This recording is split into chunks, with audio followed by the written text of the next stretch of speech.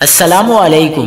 کراچی میں مظاہرے، ریلیاں، دھرنے، شہر بھر میں شدید traffic jam, police in action, لاٹھی چارج، شیلنگ، پکڑ دکڑ شروع۔ کیا آپ حالات حاضرہ سے آگاہی حاصل کرنا چاہتے ہیں؟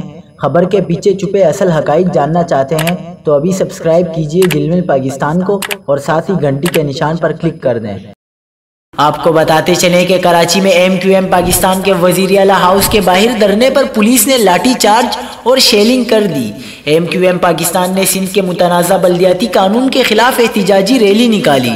شارع فیصل سے مارچ کرتے مظاہرین نے وزیر اعلیٰ ہاؤس جانے کی کوشش کی اور دھرنا دیا۔ پولیس نے مظاہرین کو منتشر کرنے کے لیے آنسو گیس کی شیلنگ اور لاٹھی چارج کیا۔